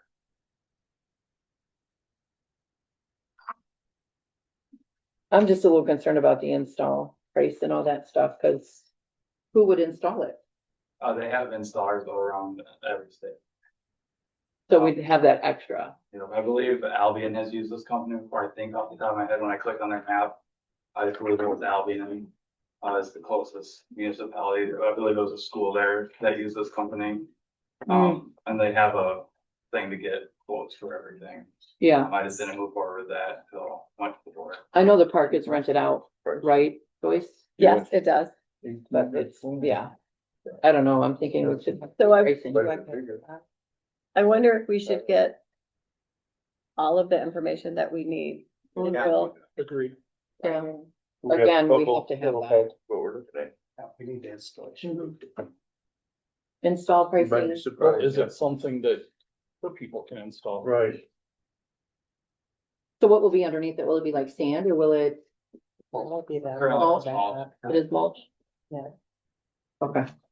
Which this site does, I don't know if it's just a error on their website, but when you look at their playground mulch, it says $0, and then it's crossed out for the sale and says $0 again. I'm assuming that's just a glitch on their website, but if we could get mulch to expand that footprint for free, that'd be pretty awesome. Yeah, if not, we're looking at that cost too. I'd like to see a full package and Where are these made from or where at? I believe the company's based in Texas? Imagine getting somebody here to do it, ain't gonna be cheap. Well, they have installers in every state. Oh, okay, Yeah. okay. They have contractors. So we're gonna move the table. I'd move to table it till we get a full price and package.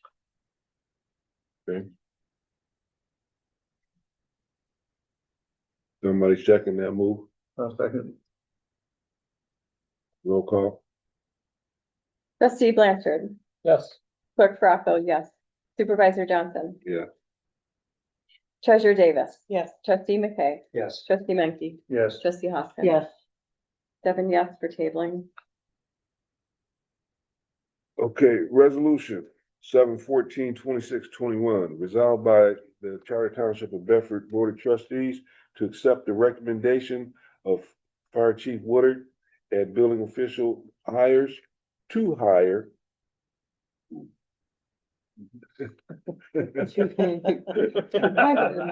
somebody here for part one of the fire station and one rebuild project. Well, to bring the board back up to speed, you guys voted on only part one service. Part one service is called programming and schematic design. It's a very preliminary design that allows us to get to a point that a CM could budget the project to come back to you. That way we're spending a small amount of money. The one that was recommended is Eckerd Wardell out of Kalamazoo. And their price for part one services is $31,900, which was the lowest out of the group. We created an RFP that went out. It was published in the Enquirer, published in the Shopper, and it was also put on the Builders Exchange in Michigan. So it was advertised in the entire state. We received 7 bids from major architectural firms. We had a few problems with them in that the part two service, we asked it to be expressed in a percentage. Several of them, all but one actually gave a lump sum number. Well, the lump sum number means nothing because you don't know what the scope of the project is. So it's meaningless. The percentage is what we needed to be able to evaluate the contractors. 4 out of the architectural services, bid tabs that we got were turned in that percentage later. 3 never did. One expressed it as, what was it, 79%? 79.3. I don't think they understood what they were asking. So it was quite crazy. The RFP went out with very specific dates. We created, per the RFP, an addendum to it, which was the questions answered. And then the committee got together and voted on which ones we would interview. We interviewed 3 out of the 4 that actually submitted something that we could use.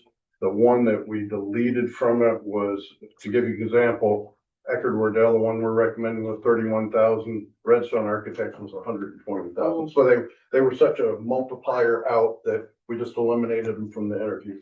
The 3 were interviewed in probably hour and a half increments each. At that point, we're looking at cost.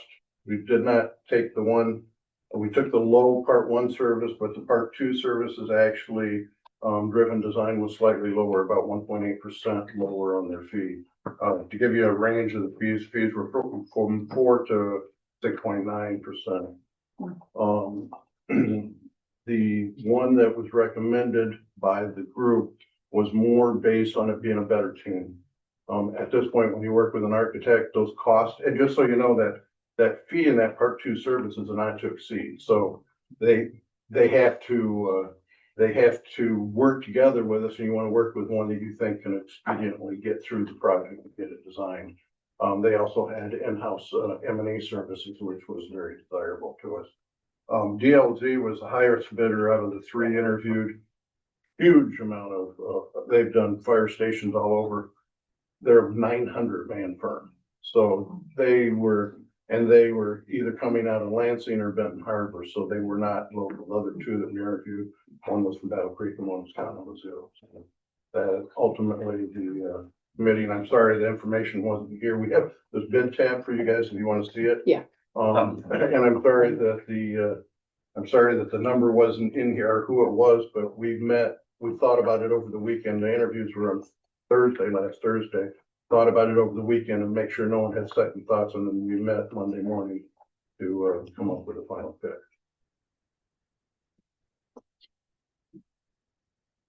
Anything else I can add? Questions? You said we have that, Cody? It's on, I sent it to the printer, yeah. Okay. But I can go through it if you'd like. Yeah, Know please. everyone's costs. So, DLD, their part 1 cost was 59,000. Part 2 cost was 6.9%, with $5,000 was part 2 reimbursables. Eckerd Wardell, part 1 as 31,900. Part 2 as 5.8%. $10,000 is part 2 reimbursables. Whitewater Design, part 1 cost $44,025. Part 2 fee, which I don't think they fully understood what we were asking for, 79.3%. And $5,000 part 2 reimbursables. Driven Design, part 1 cost $55,000. Part 2 fee 4%. No reimbursables specified. Hobbs and Black, part 1 cost $39,500. They did get their part 2 back to me, but after the deadline of having to choose, that was 5.8%, and then $5,000 in reimbursables. Redstone Architects, part 1 is $120,000. Part 2 was 7.2%. They're another one that got back to me like 2 days ago on that. $5,000 reimbursables. Segna Architect out of Chicago, their part 1 cost was $70,000, and their part 2 fee, they never responded. They just left it at $280,000. But again, we can't. There's nothing to base that off of, and then no reimbursables. You say that's on the printer? Yeah. Can Yep. you- Well, Do you mind? I'm kind of visual. I like to see it. Thank you.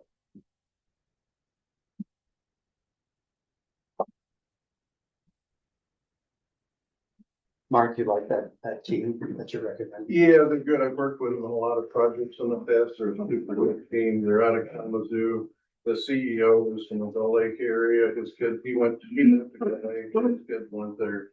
So a little bit more local, but a good cohesive team, great interior designer in their in-house.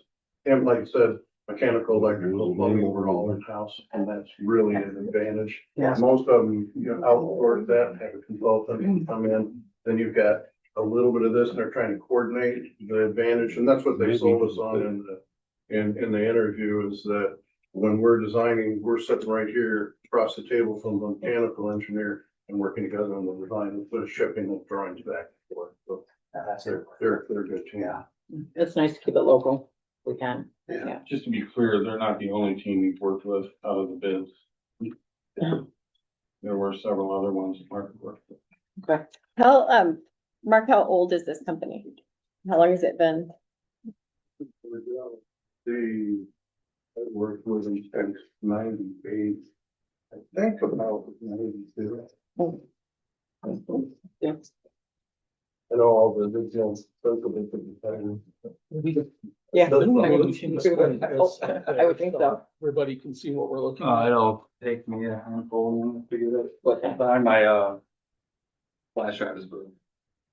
So this is phase one, and then we'll come back for This is phase. phase one, and the important thing is we don't want to recommend just enter into a contract with an architect and letting them run amok and spend $150,000 in design for something that Yeah. we don't know that we're gonna do. So by doing this way, part of what the architect has to do in phase one is help us find a construction manager.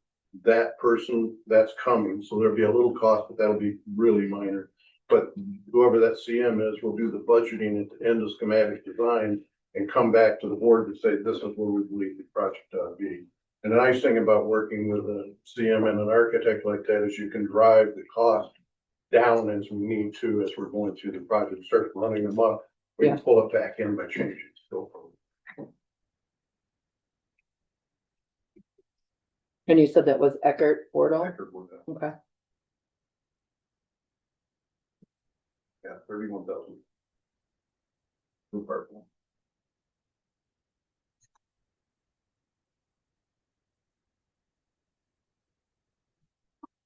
And you said you're comfortable with them, Mark? You're very comfortable? I think everyone. They seem to be the most cohesive, just in the sense that they have all of the people in the same office, so they'll be able to communicate, as opposed to there was one that was across the country. They had 900 employees, which I think would be a little bit harder to coordinate everything. So I think Yeah. they seem to, and they had worked together multiple years, like decades. Yeah. And keeping it local. I think that's Yeah. huge if we can. Yep. I'll make a motion to go with Eckert Wardle out of Kalamazoo for phase one. 1 second. The fact that they have their own in-house engineers, Believe me, it's a really big thing. that's wonderful. Yeah. That is absolutely wonderful. And it's really good when it comes to the warranty period too, because Yeah. after the fact, what an architect does and what they do with their engineers, sometimes engineers go, well, not my problem, and this is all.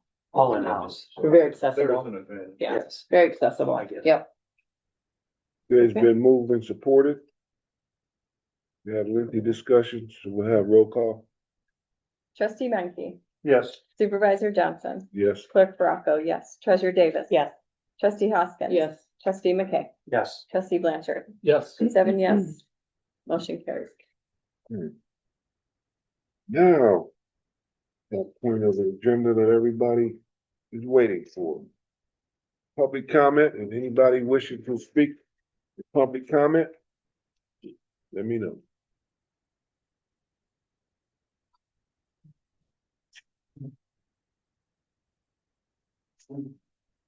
I guess I'll go first. Mm-hmm. Mike Stein. Just a couple of things, regarding the playground equipment. I have experience installing that before. No, I will not do this project, by the way. And overseeing it before, I can give you a rough idea. Sometimes that can be almost the equivalent of the cost of the equipment. A lot will depend on the specs and footers. You're gonna have to comply with, the safety regulations. I believe currently the state says it's 9 inches of either mulch or, rubberized, stuff. If you're talking a 25 by 25 area, you might be talking about 100 yards of material for one playground. Yeah. Certified playground mulch is $45 a yard right now, so you could be 5,000 to 6,000 just for the mulch or rubber. So just to kind of put that in perspective, why you're pricing that kind of out. definitely have some concerns with, the park budget, and supposedly when we get the stuff done, it's gonna have 92 or 93,000. We're spending 30 on this, 30 on that.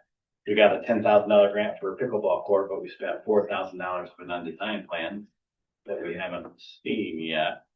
And I imagine that's gonna be more than 10,000 or $6,000 to put in. Yeah. A lot of moving parts that we're like trying to commit to while building a fire station. As far as that goes. The cemetery help. He's been working like that for a long time, does a great job for us. I can tell you right now that if you were to subcontract that out, you would be at 6 figures just for one cemetery. It's 3 cemeteries. They're doing the county's job, picking up brush, they're picking up tires, they're mowing all the parks. Like, it isn't possible for a man and a half, or even 2 full-time guys to do all of that stuff. And have it done on a Thursday or a Friday, and, keep the parks up, park is rented, unless you're cracking them. And I mean, cracking them good, getting after it. You have weather, you have heat, I've done it for a long time, and I'm telling you, that's more than a 2-man job. And that's why they're falling behind, and you're getting complaints, I guess. And then, lastly, from a planning commission activities, certainly interested in taking a look at, how that fits into the master plan with that property and the boat launch and all that other good stuff. It was recently brought to our attention at the last planning commission meeting that the planning commission may need to be involved in a site review for the fire station, if it's more than just a fire station. I can't believe I'm gonna do this, but I would recommend, as we move forward, the idea of a joint meeting or 2. Yeah. Our liaison is great, and he communicates wonderfully for us, but it just may be something to think about and put on your radar.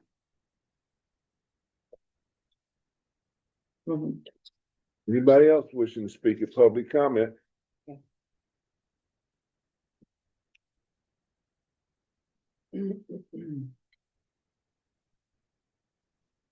Tony Artis again. I want to take a minute and thank those township residents that showed up on our cleanup at Brookside Park. That was Stephanie and Adam Heikela, Ethan Heikela, Tony Roller, Cody McCarty, Sue Gehrman, Jack Wendloff, and Grayson Finch. After we were done with the cleanup there, we had a township resident who volunteered after we left the premises and cleaned up the trees and that they were hanging over into the street on Simmons Avenue, and it was a mess. And cleaned it up, got it back so that it looks really nice. We do have a park cleanup this Saturday, July 18th, starting at 9 a.m. at Markham Park. Please come and join us. The more hands, the better. I also want to thank Trustee Minke and Clerk Baracco for working with Sunny Bay so that we didn't really need the dumpster although they used a full one the last time they did it. We really didn't need it, and so they worked and got it to where we were just going to be charged a small pickup fee, and then they're going to deliver the dumpster on Saturday, or deliver it sometime here before Saturday for that cleanup.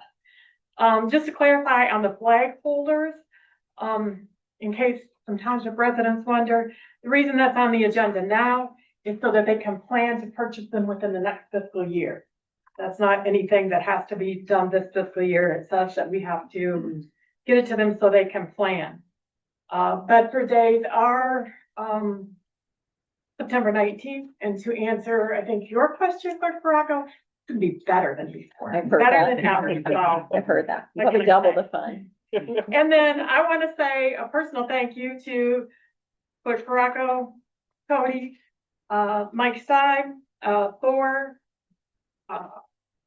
Mike Devital, and Mike Dive's crew for cleaning the cemetery up after the July 4th weekend storms. That place, I was out there, it looked like a disaster zone. I was out there again this weekend, and it looked so much better. Couldn't believe it. So I had one more thing and I forgot. So thank you. Yeah. Thank you, Tony. Thank you. Anyone else wishing to speak at public comment? Best laid plans of mice and men. Please state your Go name, try. sir. Please Need state, my name. please state your name, sir. That is the protocol of William this meeting. Dwyer. Thank you. You can call me good citizen. Okay, good sir. The best laid plans of mice and men often go awry. You said that earlier this evening. What do you plan on doing with the body camera footage that you're requesting? You guys can't even manage a website. Your website has been broken for 2 years and you haven't even fixed it. You can't even figure out what's wrong with it because you're too technologically illiterate to know what to do about it. I sent you an email about 3 o'clock this afternoon, all 7 of you. I suggest you hand it over to Revise and your law firm.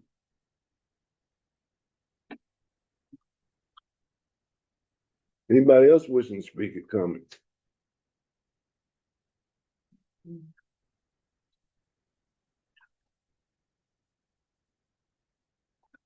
Oh, hello again. State your name, please. Yeah.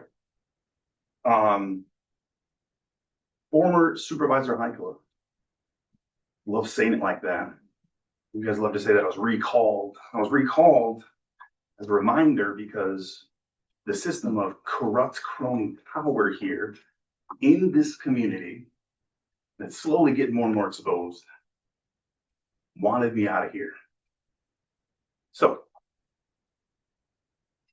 this board loves to, and across this community, boards love to pat themselves on the back for just doing something, getting something done.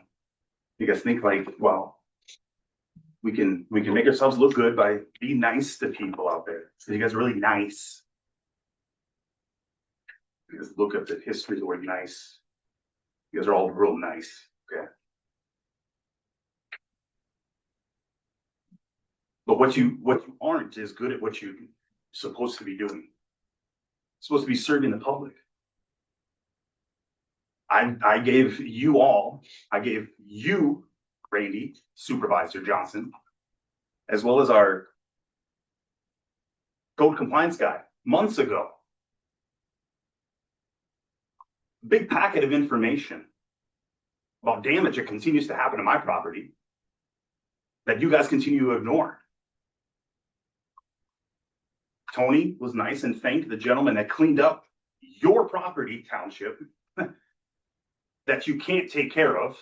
I took care of your property again because you failed to do so. I've had no response from our attorney after they tell me that you all failed and did the FOIA incorrectly and gave me information that I was not supposed to have. Asked for the clarification on it. No response from an attorney or from a township clerk or from a single person. But y'all want to be really nice to everybody and pat each other on the back because you all had a statewide official get you money that makes him look good down the chain so they all can pat themselves on the back as well. Congratulations. You fail at the basics of serving the public. It's disgusting watching you guys repeatedly do this, especially when we have a professor.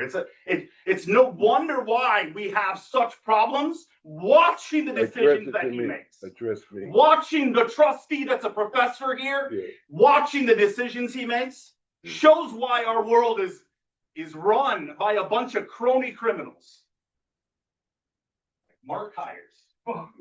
Kings of them.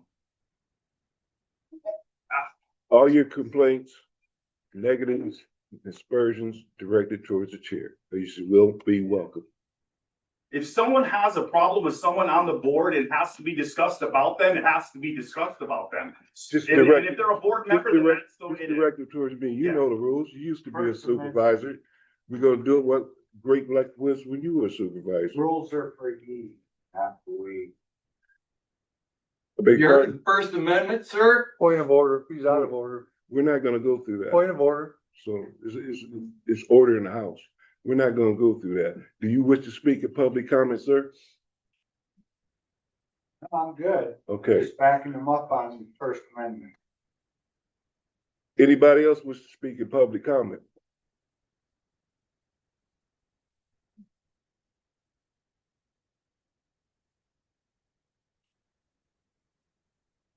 This will not be a long one, but I can tell you right now, name is Larry Kokensparger. I just retired from the department after 58 years out here at the fire department. 22 of it was the last chief. The flower garden that is over there behind Station 3, I was unaware of the whole thing until almost the end of last month. Yes, on the 27th, they had their presentation of it. Pete's not here tonight. I think he was great involved into it and situation, and some of the people on the board here were also. If you haven't been over there, I ready to go over there and check it on out. Wife was involved in a lot of things when she was here on Earth. She taught Sunday school for many years of children. She worked in the school for many years. She worked with adult teenagers, with myself running the New York and campgrounds and stuff like that for a long time. She was a good woman, but I appreciate the plaque and the daughters and them put flowers in over there and stuff. And I checked it this morning and somebody had been there, watered it already, the ground and stuff. So it is being taken care of. And I don't know who was all involved on the board with this, coming up with it and stuff, and how it got started and stuff, but I really appreciate it more than what you could think about it and stuff, and I'm sure she does. Now, if she looked down to see that, realize the people that was standing behind her and the jobs that she did. And as far as the parade goes, I think it's a great thing because I can remember standing in my yard and watching the parade go by many years ago when you had the Shriners and the vehicles. You had bands from other schools and stuff, and 37 was blocked off from Marvin to Marvin, the park. It needs to be brought back into this township. There are a lot of things that went to the wayside, and a new fire station will be great out there and stuff. I have probably run close to 40,000 times across that street to that other station, but it's not there anymore. So until I've retired and stuff, and I appreciate the help and over the years and stuff, and appreciate you for the garden and stuff to recognize my wife, what she'd done and stuff, and she was a good woman. So I thank you. Thank you. Chief. Anybody else wishing to speak in public comment?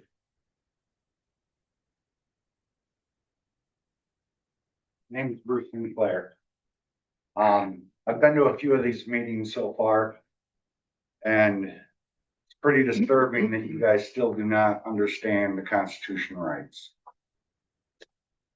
You cannot tell someone who they have to talk to, who they're going to talk to during public comment. This is public comment. It's open to anything. We could stand up here swearing if we wanted. Might get arrested for it, but it better be thrown out because it's our constitutional rights. I did not serve 23 years in the military to come to my own township meetings and hear this kind of bull crap. And you guys have a paid attorney. Has he not directed you guys on the constitutional rights of the people? That's all I got. Do better. Anybody else wishing to speak in public comment?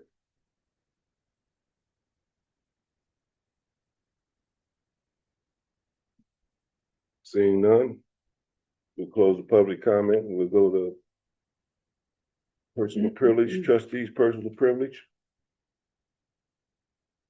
Start down at your end, sir. Thanks everyone for coming. It's a long meeting. Got a lot accomplished today. Drink a lot of water. It's gonna be hot for the rest of the week, and we'll see you next month. I don't have much other than just appreciation for all of the volunteerism that's going on in the township right now. Again, my heart goes out to the family of, Michael Dickinson, on the memorial of his passing. And I'm really glad that we got that issue covered for the veterans in the cemetery. That's all I got for tonight. Clerk? There is a flyer for the election date out in the lobby, so make sure you pick that up if you haven't voted and plan to. August 4th is the date. I did enjoy the fact that we had a Gold Star mom in our midst. That must have been hard to just talk about him, but I feel really good about the decision to be able to honor all the veterans in the cemetery. And Tony, your hard work to identify those that were missing is invaluable. Appreciate it. Treasurer? I just want to say thank you everyone for coming, and Tony, thank you for all your hard work and your dedications to the parks. I would like to thank Frisbee again, for the grant. And Mike, thank you for helping. Mark, thank you for all your hard work. Cody, thank you for yours. That's all I have. Trustee Hoskins? I would like to start again to say thank you, everybody, for letting that Gold Star mom speak. I think that was so important to this township. We need to remember our veterans, and this is a really good way to start that. Thank you all who worked on the grant. I know the supervisor, clerk, treasurer, Cody, Mike from Planning Commission, Chief Woodward, Cody, everybody. It's big news for our township. That's really a good thing that we're going to move that forward. Think, Mike, mentioning about our roads. We have talked many times and kicked it around about a part-time road liaison. That really might be time to move that, to start really talking, no benefits, vague, basic part-time, just for somebody to go out and start checking on our roads. Because I don't know who's checking on our roads. We need someone. I'd like to thank the chief. I think, when you met Bruce and I, and you took us around to the almost all of the stations before you got called out, that really worked for me to help me realize we do need a new fire station. So thanks. Yeah, we're lucky to have you. And the cemetery, we just need some solid numbers, and then we can see that. And we need to start moving the columbarium, getting that out there so we can get some revenue from the cemetery. And that will be great. And thank you all for coming. Trustee McKay? Okay, thank you all for coming. I appreciate all the work that's gone on behind the scenes. And I want to especially thank the group that's working on the fire station, because now your hard work begins. And that is designing, negotiating, and watching the build occur.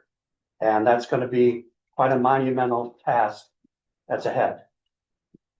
It's much more than building a house. That's a big job. Yeah, yeah. So thank you all again for coming. I'd like to thank everybody for coming. We'll move for adjournment. Oh, Seth. We do got a FOIA appeal that is supposed to be accepted at tonight's meeting from Mr. Dwyer, so you have to set an appeal hearing date. For the 27th. Yeah, I believe that was what was discussed. Don't we have something 27th going? And business days? What time are we looking at? What works for you? So. I'll make it work. During the day would be better for me. Okay. And I know I can't do Monday, but other than that, I'll and Wednesday next week, but other than that, I'll make it work. Did you say the 27th? 27th is the following Monday. Okay. Yeah, so it's not next Monday, it's the following Monday, so I can do that. Okay. 27th? What time do you? Will it have to be first thing in the morning for me, or is it late in the afternoon? Okay, I'd prefer, if it works, the morning would be best. Yeah, Okay. we're thinking 8:30, 9. Can I do 9 o'clock for that? 9 o'clock. That's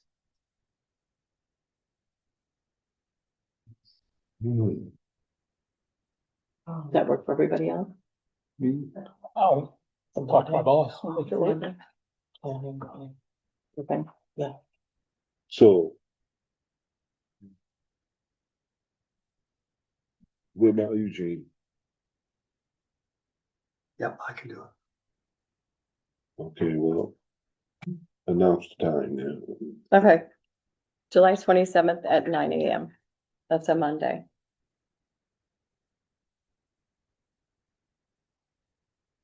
and we're in our 10-day window, you said? Yeah. Mm.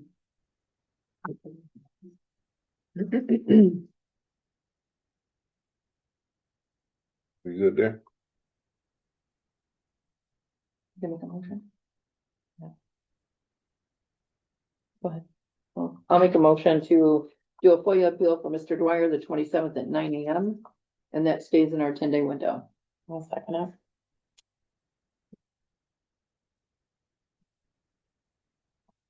Roll call. Supervisor Johnson, Yes. trustee Menke, Yes. treasurer Davis, Yes. trustee McKay, Yes. clerk Baraco, yes. Trustee Blanchard. Yeah. Trustee Hoskins. Yes. 7 yes, motion carries.